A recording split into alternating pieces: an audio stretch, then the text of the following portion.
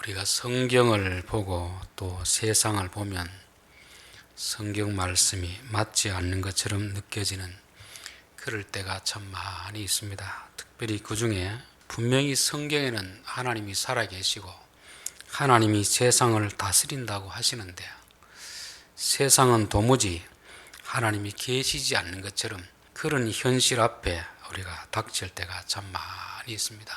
하나님이 다스리시면 의인이 복을 받고 악인이 벌을 받아야 되는데 현실은 그렇지 않다는 것이죠.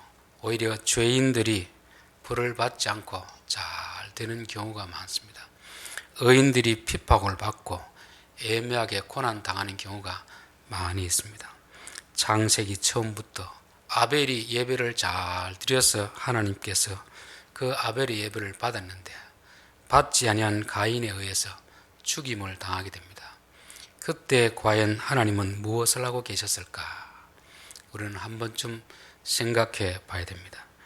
또 신약 성경에 보면 세례 요한이 그 헤롯 왕의 잘못을 지적했다가 감옥 갇히고 또 개죽음을 당하는 그때 하나님은 무엇을 하고 계셨을까?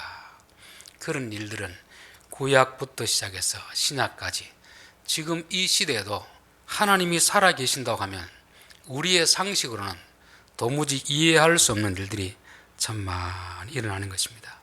그 일은 우리가 지금 고민하듯이 구약의 많은 사람들도 고민을 했습니다. 우리 구약 성경 시편 73편을 한번 찾아보겠습니다.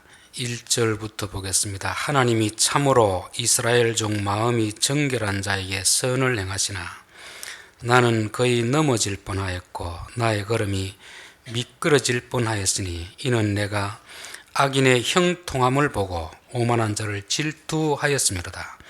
그들은 죽을 때에도 고통이 없고 그 힘이 강건하며 사람이 당하는 고난이 그들에게는 없고 사람들이 당하는 재앙도 그들에게는 없나니 악인들이 죄를 짓고도 벌은 당하기는커녕 오히려 잘 사는 것을 보고 나서 참 내가 실족할 뻔했다는 것입니다. 이게 아삽의 시인데 아삽만이 그랬겠습니까? 오늘 우리도 현실을 보면 그런 걸 느끼겠습니까? 역시 우리도 그런 것을 느낄 수가 있습니다. 자, 하박국서를 보십시다. 1장을 보겠습니다. 2절부터 보겠습니다. 여호와여 내가 부르짖어도 주께서 듣지 아니하시니 어느 때까지리까? 내가 강포로 말미암아 외쳐도 주께서 구원하지 아니하시나이까? 어찌하여 내게 죄악을 보게 하시며 폐역을 눈으로 보게 하시나이까? 급탈과 강포가 내 앞에 있고 변론과 분쟁이 일어났나이다. 창세기 초반부터 시작해서 이스라엘이 패망할 때까지 이런 일은 계속 일어났습니다. 그런데 성경에서는 하나님이 창조주이시고 하나님이 다스리고 있는데 왜 이런 일이 일어날까? 구약의 선지자들이 고민했던 그 고민을 오늘 우리들도 현실에서 고민을 하게 되는 것입니다. 자, 이것은 하나님이 안 계시기 때문에 그런 게 아니고 세상이 타락했기 때문에 그렇습니다. 하나님이 악을 행하시는 것이 아니고 타락한 인간이 사단의 종이 되어서 그런 악을 행하고 있을 뿐입니다. 그렇다면 하나님이 왜 가만히 보고만 계실까? 하나님은 악을 행하더라도 당장 즉각 심판하는 분은 아닙니다. 어느 정도의 하나님의 기간이 찰 때 심판하시는 분이기 때문에 그 하나님의 심판이 차기까지는 우리는 계속해서 기다려야 하는 것입니다. 하박국서 고백처럼 의인은 믿음으로 말미암아 살리라. 하나님의 말씀은 반드시 이루어지지만 더딘 것처럼 느껴지고 그렇지만 의인들은 하나님의 때가 될 때까지 하나님이 악인을 심판할 때까지 믿음으로 기다리는 그 믿음으로 사는 것입니다. 우리 신약 성경 마태복음 13장을 보십시다. 24절부터 보겠습니다. 예수께서 그들 앞에 또 비유를 들어 이르시되 천국은 좋은 씨를 제밭에 뿌린 사람과 같으니 사람들이 잘 때 그 원수가 와서 곡식 가운데 가라지를 더 뿌리고 갔더니 싹이 나고 결실할 때 가라지도 보이거늘 집 주인의 종들이 와서 말하되 주여 밭에 좋은 씨를 뿌리지 아니하였나이까? 그런데 가라지가 어디서 생겼나이까? 주인이 이르되 원수가 이렇게 하였구나. 종들이 말하되 그러면 우리가 가서 이것을 뽑기를 원하시나이까. 주인이 이르되 가만두라. 가라지를 뽑다가 곡식까지 뽑을까 염려하노라. 둘 다 추수 때까지 함께 자라게 두라. 추수 때 내가 추수꾼들에게 말하기를 가라지는 먼저 거두어 불사르게 단으로 묶고 곡식은 모아 내 곳간에 넣으라 하리라. 알곡과 가라지의 비유인데, 이 세상에는 알곡도 있지만 가라지도 많이 있습니다. 하나님은 가라지를 뽑을까요? 물어보는 종들에게 아직까지는 그냥 둬라. 가라지를 뽑다가 알곡이 다칠까 염려된다. 그러면서 이제 추수 때까지는 그냥 두라는 것입니다. 그러니까 하나님이 심판하실 때까지 이 땅에는 여전히 악인들이 잘 될 수가 있습니다.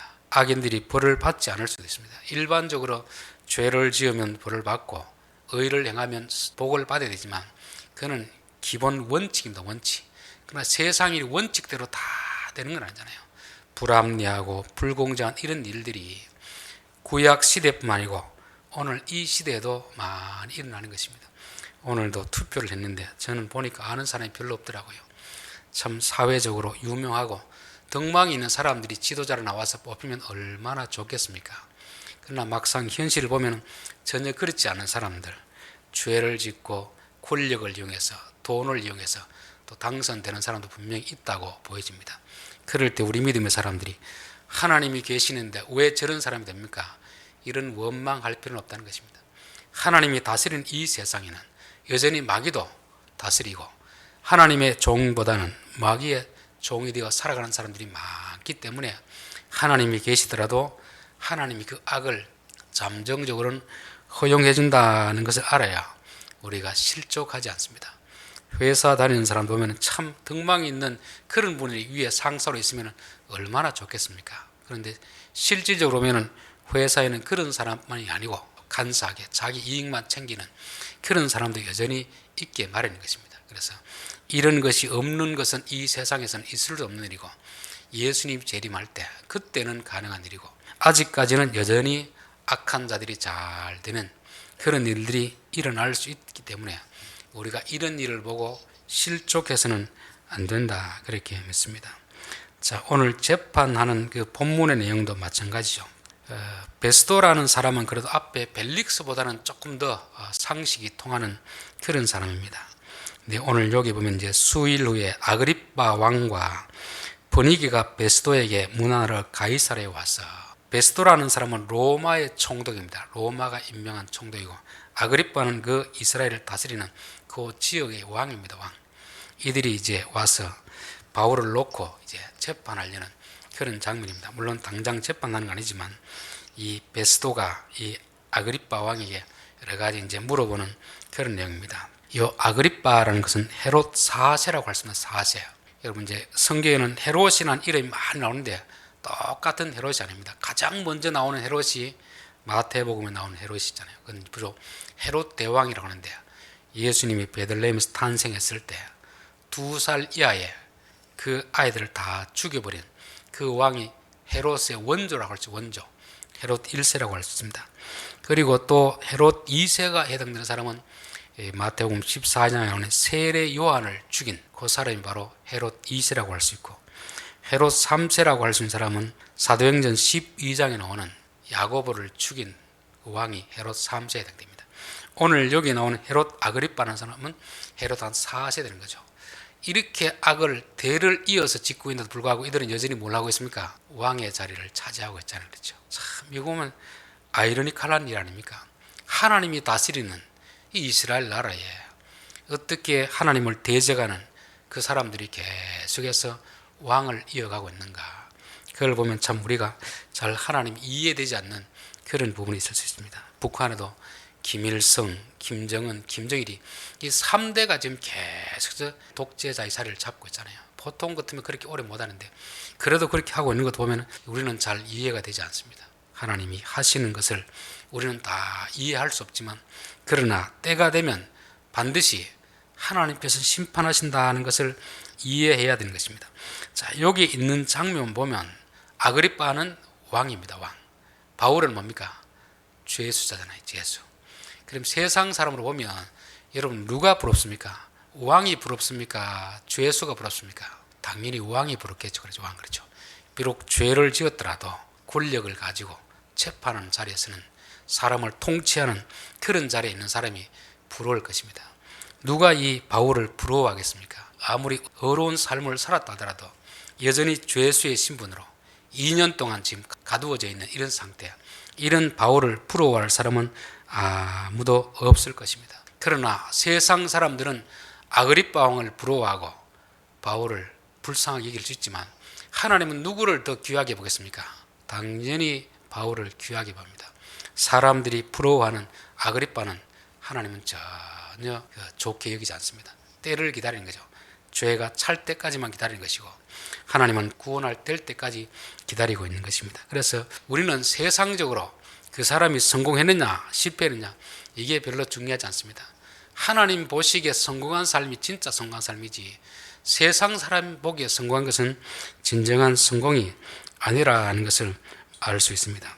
자, 14절 여러 날을 있더니 베스토가 바울의 일로 왕에게 고하여 이르되 벨릭스가 한 사람을 구류하여 두었는데 내가 예루살렘에 있을 때 유대인의 대제사장들과 장로들이 그를 고소하여 정죄하기를 청하기에 내가 대답하되 무릇 피고가 원고들 앞에서 고소 사건에 대하여 변명할 기회가 있기 전에 내주는 것은 로마 사람의 법이 아니라 하였노라. 그러므로 그들이 나와 함께 여기 오매 내가 지체하지 아니하고 이튿날 재판 자리에 앉아 명하여 그 사람을 데려왔으나 원고들이 서서 나의 짐작하던 것 같은 악행 혐의를 하나도 제시하지 아니하고 이렇게 됐습니다. 저는 정치인들은 참 머리가 아프겠다 싶어요. 어떤 일에 대해서 이게 사실인가 아닌가 딱 판결하면 되는데 정치인들은 그렇게 할 수가 없습니다.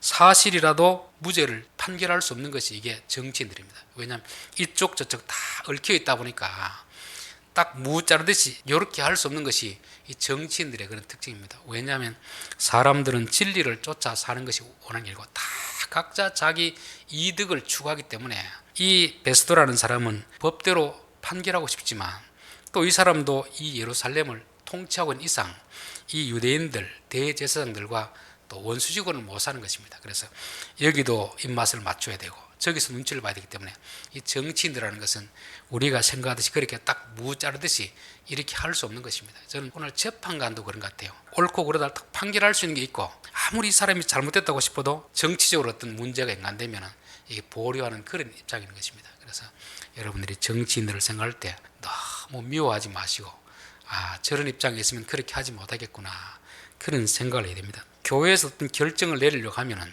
딱 이렇게 이건 맞고 틀리다 그렇게 할 수 있지만 또 이렇게 판결하면 또 다른 사람들이 또 상처를 받을 수 있을 때는 이게 금방 그렇게 할 수 없는 그런 것이 바로 정치인들의 입장이고 어떤 지도자들의 입장이다 하는 것을 볼 수가 있습니다. 자, 19절 오직 자기들의 종교와 또는 예수라는 이가 죽은 것을 살아있다고 바울이 주장하는 그 일에 관한 문제로 고발하는 것뿐이라. 이 베스도가 봤을 때는 아무런 정치적인 그런 잘못이 없습니다. 비록 잘못이 있다고 하면 뭐냐면 예수가 부활했다고 주장하는 그것뿐이라 이렇게 말씀하고 있습니다. 베스도라는 것은 예수님에 대해 관심도 없고 예수님의 부활에 대해서도 관심도 없습니다. 그러나 바울은 이 부활하신 예수님 만나고 나서 그 인생이 완전히 바뀌었습니다. 부활의 사건을 증거하기 위해서 목숨도 내놓을 만큼 그렇게 큰 사건인데 베스도가 보기에는 그런 사건뿐이다. 그거 외에는 다른 죄가 없다. 그렇게 말씀하고 있습니다. 이게 예수 믿는 사람들하고 안 믿는 사람하고 그 차이입니다. 그러나 성도들은 무엇에 목숨을 걸어야 되겠습니까? 신앙에 대해서 목숨을 걸어야 되잖아요. 예수님이 부활했느냐 안 했느냐 이것은 우리의 신앙 자체 뿌리를 흔들 수 있는 그런 문제입니다. 예수님이 부활했든 안 했든 그게 무슨 상관이냐 이거는 세상 사람들이 하는 그런 생각입니다. 그러나 우리에게는 만약 예수님이 부활 안 했다고 하면 우리가 다 쓸데없는 이런 짓을 하고 있는 것입니다. 헛된 삶을 살고 있는 거죠. 그렇기 때문에 우리에게 있어서 부활은 아주 중요한 그런 사건입니다. 목숨을 내어놓고 붙들어야 될 그런 진리가 부활인데 베스도에게는 전혀 무관심한 아주 사소한 그런 일로 여겨지고 있는 것입니다. 이 코로나를 거치면서 저는 우리 교회가 참 잘못했다 그런 생각이 듭니다. 나라에 잘못했다는 게 아니고 하나님 보시기에 참 잘못되는 생각이 듭니다. 세상 사람들은 코로나가 창궐할 때 그 정도 예배 한 번 안 드린다고 해서 뭐 매주 드리는 예배인데 그게 문제가 되느냐? 매번 드리는 예배인데 꼭 이때 드려야 되겠느냐? 아주 예배를 가볍게 여기는 거잖아요. 그런데 우리들은 어떻게 해야 됩니까? 우리에게 예배는 선택이 아니고 필수이고 목숨을 건 그런 중요한 문제다, 그렇게 생각해야 됩니다. 그런데 불행하게도 한국 교회 대부분의 교회들은 너무 예배를 가볍게 포기를 했습니다. 국가의 말에 방역에 따른다고 해서, 물론 따르는 건 좋죠. 그러나 적어도 세상 사람들은 예배를 아주 가볍게 보더라도 적어도 예수 믿는 사람들은 예배는 우리의 목숨과도 바꿀 수 없는 그런 귀한 것이다, 그런 사고방식을 가져야 될 줄 믿습니다. 우리가 예배를 소중히 여기면 하나님도 그 교회를 귀히 여깁니다. 우리가 예배를 가볍게 여기면 하나님도 그 사람을 가볍게 여깁니다. 에서가 하나님 주신 장자의 고난을 아주 가볍게 경홀하게 여겼다고 했잖아요. 그러니까 하나님도 에서를 가볍게 여기는 것입니다. 그러나 야곱은 그 장자권을 얻기 위해 가지고 거짓말까지 할 정도로 그렇게 장자권을 소중히 여기잖아요. 그러니까 하나님이 누구를 소중히 여기겠습니까? 하나님의 일을 귀히 여기는 사람을 하나님도 귀히 여기는 것이고, 하나님의 일을 가볍게 여기는 사람을 하나님도 그 사람도 가볍게 여기는 것입니다. 적어도 우리가 참 바른 믿음을 가지기 위해서는 하나님이 중요하게 여기는 것을 우리도 중요하게 여기게 됩니다. 하나님이 가볍게 여기는 것은 우리도 가볍게 여기게 됩니다. 세상 사람들은 성공하는 거, 부자 되는 거, 돈 버는 거, 출세하는 거, 이게 그들에게는 중요한 일이지만 우리에게는 그것은 가벼운 것입니다. 그 대신 믿음을 지키고 말씀을 순종하고 예배를 드리고 이런 진리의 문제에 대해서만큼은 우리는 결코 양보할 수 없는 그런 마음을 가져야 하나님도 우리 개인들을 아주 귀하게 여겨주시고 그런 교회를 하나님이 귀히 여겨주시리라, 그렇게 믿습니다. 자, 22절, 아그리빠가 베스도에게 이르되 나도 이 사람의 말을 듣고자 하노라. 베스도가 이르되 내일 들으시리이다 하더라 되어 있습니다. 이 베스도의 말을 듣고 보니까 아그리빠도 조금 관심을 가졌습니다. 그런데 이 앞에 있던 벨릭스 총독도 바울을 찾아와서 바울에 대해서 그 예수 믿는 도에 대해서 들었습니다. 그리고 버니게도 관심을 가지는 거죠. 그리고 또 아그리빠도 관심을 가집니다. 관심을 가진 종류가 다 다릅니다. 앞에 우리 살펴본 벨릭스는 왜 바울에게 대화를 하고 같이 면담을 했겠습니까? 예수 믿는 도를 듣고자 하고 왔지만 사실은 이 바울이 여러 유럽 쪽에서 교회에서 헌금을 해와서 예루살렘에게 전달한다는 이야기를 듣고 이 사람은 돈이 있겠구나, 그런 생각 가지고 어떻게 하면 돈을 좀 받아낼까, 요 마음을 가지고 바울과 대화하기를 원했습니다. 아그리빠 왕은 왜 바울과 대화하기를 원하겠습니까? 지금 바울이 전하는 복음이 뭐였죠? 유대인들이 죽인 예수님이 부활하셨다는 그 사실이잖아요. 근데 아그리빠에게 이 사실은 어떤 사실이 되겠습니까? 충격으로 다가오겠죠. 충격, 그렇죠. 왜냐하면 자기 증조 할아버지가 예수님이 태어났을 때 베들레헴에 있는 어린아이들을 다 죽여버렸습니다. 자기 할아버지가 뭐라 했습니까? 예수님의 앞길을 평탄케 했던 세례 요한의 목을 잘랐습니다. 자기 아버지는 뭐 했습니까? 예수님의 제자 야고보의 목을 쳤습니다. 그리고 이제 자기 때인데 만약에 바울이 말하는 대로 예수님이 정말 부활했다면 이 사람은 사지가 벌벌 떨리는 일 알겠습니까? 그의 제자들을 죽였는데 정말 바울의 말대로 이분이 살아있다면 이제 이 아그리빠는 두려움에 떨 수밖에 없는 것입니다. 그래서 복음에 대한 관심도 사람마다 다 이렇게 다른 것입니다. 자, 25장 23절, 이튿날 아그리빠와 버니게가 크게 위엄을 갖추고 와서 천부장들과 시중의 높은 사람들과 함께 접견 장소에 들어오고 베스도는 명으로 바울을 데려오니, 여기에 크게 위엄을 갖추고 와서 이 말은 아주 이게 뭐라 그럴까 막 치장을 하고 왕으로서의 권위를 나타내는 그런 화려한 복장이라든지 그런 것을 다 갖추고 왔다는 것입니다. 여기 앞에 있는 아그리빠 왕과 함께 온 버니게는 아그리빠 왕의 여동생입니다. 여동생이 시집 갔다가 또 결혼에 실패하고, 그런데 이제 오라버니 집에 와 있는 거죠. 근데 들리는 소문에 의하면 이들이 남매지간이 아니고 부부 관계가 되었다는 것을 소문이 파다하게 났습니다. 근데 왕이니까 아무도 그 앞에서 어떻게 합니까? 말을 못 하잖아요. 그렇죠. 혹시라도 말할까 싶어가지고 왕의 위엄, 권위 의식을 잔뜩 나타내고 있는 것입니다. 여러분, 지도자가 된다고 해서 그 죄가 없어지겠습니까? 그 죄는 없어지지 않습니다. 사람들이 말을 안 할 뿐이잖아요. 말 그렇죠. 오히려 그런 사람일수록 어떻게 하겠습니까? 그 죄를 덮기 위해서 더 어려운 것처럼 그렇게 행동을 할 수가 있는 것입니다. 자, 24절 베스토가 말하되 아그리빠 왕과 여기 있는 여러분들이여, 당신들이 본 이 사람은 유대의 모든 우리가 크게 외치되 살려두지 못할 사람이라고 하여 예루살렘에서와 여기서도 내게 청혼하였으나 내가 살피건대 죽일 죄를 범한 일이 없더이다. 그러나 그가 황제에게 상소한 고로 보내기를 결정하였나이다.